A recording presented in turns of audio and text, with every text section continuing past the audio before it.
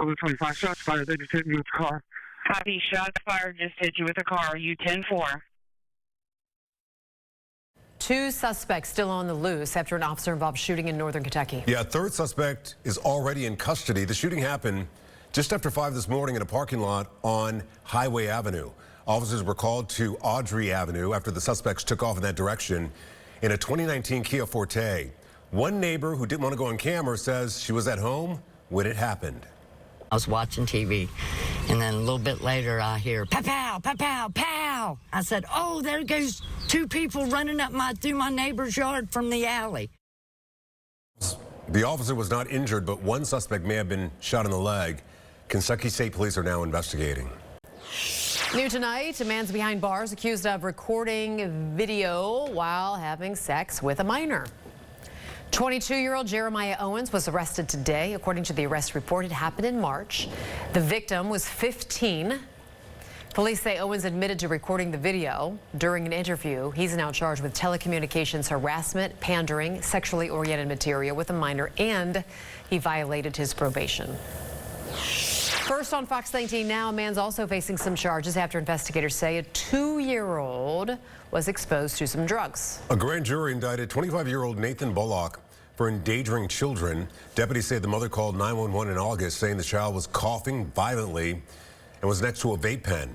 Detectives say Bullock admitted that the vape pen belonged to him and he accidentally left it where the child could reach it. Bullock is not in jail right now, but he cannot have any contact with that child.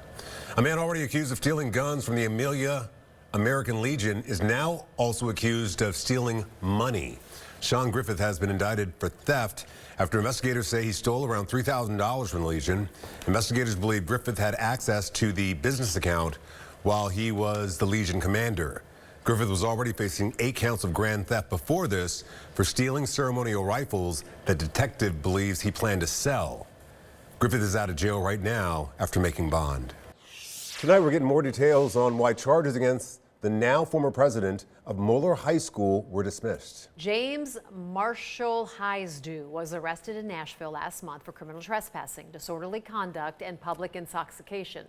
He was accused of making women uncomfortable by following them around a bar. Court documents show that he was asked to leave. He repeatedly came back in that bar after being kicked out. The district attorney's office says he completed 8.5 hours of volunteer work, and he also participated in an intensive outpatient treatment program. They say these factors contributed to the decision to drop the charges.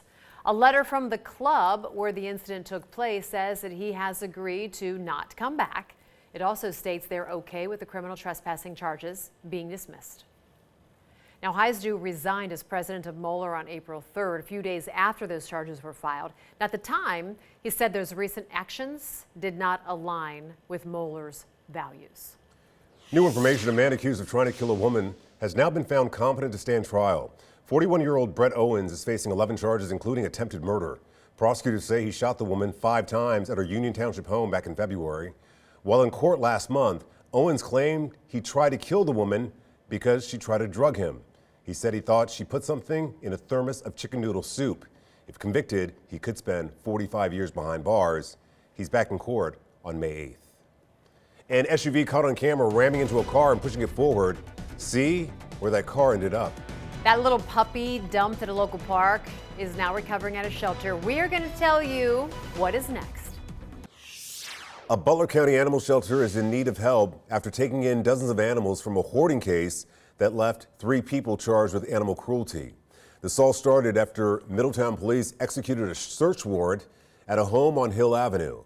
Police condemned the house and called in the animal control officers.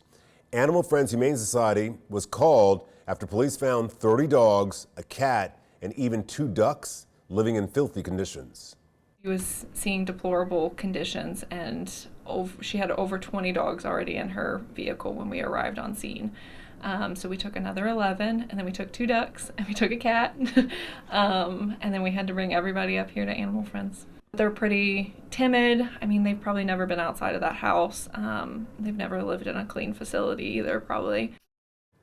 Animal Friends Humane Society says this case puts them well over capacity. They're looking to get those animals into new homes to free up space. The shelter is accepting donations to help cover medical treatments. A local man indicted on a laundry list of charges, including strangulation, intimidation, animal cruelty, and domestic violence. Hamilton police believe Christian Oliveira strangled his dog. He's also accused of causing physical harm to a 26-year-old woman and threatening to harm a 52-year-old woman. This isn't the first time he's been in trouble with the law. He was previously convicted of carrying a concealed weapon in 2017, a burglary in 2018, and assault in 2021. He's being held on a $40,000 bond. His next court date is April 24th, so next week. A man accused of inappropriately touching an underage store employee will spend over a year behind bars. Today, Sufyan Alanani was found guilty of sexual assault and aggravated menacing. Prosecutors say he tried to inappropriately touch a minor who was working at a local Walmart. When that person reacted, police say Alalani threatened the employee, telling the minor, quote, "I'm a killer and I will come back with a gun," while trying to kick the victim. He'll also have to register as a sex offender for the next 15 years. A man accused of exposing himself at a public park was released on his own recognizance.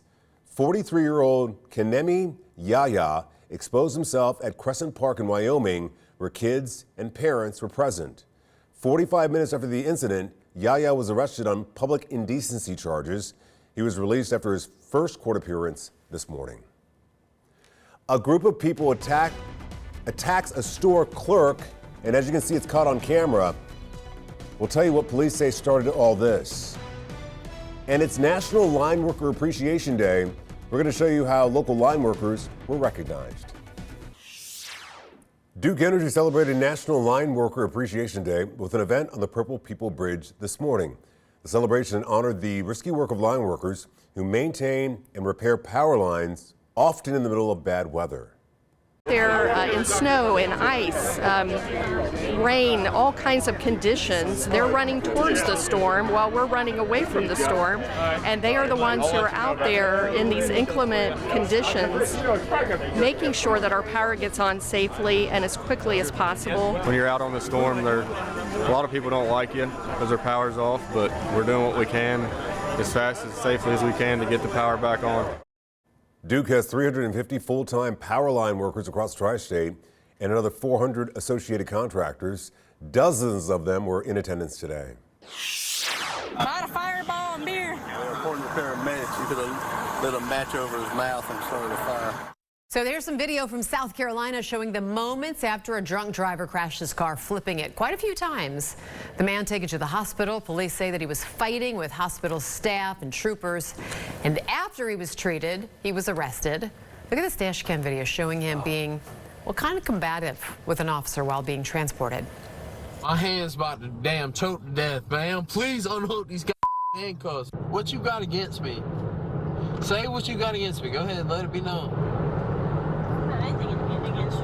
Yeah, you do. I've treated you fair this entire time. No, you have not. Don't quit lying. Surprised he's in the front seat. Right. That was weird. Police say the man continued to be difficult once he was even inside the jail. An SUV caught on camera pushing another car into a house. Here you can see the SUV pull up behind a sedan parked on the side of the road. The SUV drives into the car's back bumper and starts pushing it. You can even hear the screech of the tires. He's pushing the car until it crashes into a nearby house. Witnesses say someone was inside the home when this happened. They were just 10 feet away when it slammed through the wall. No one was hurt, though. Police believe the driver was 69 years old. He was taken to the hospital and issued a citation. Impairment is believed to have been a factor in that crash.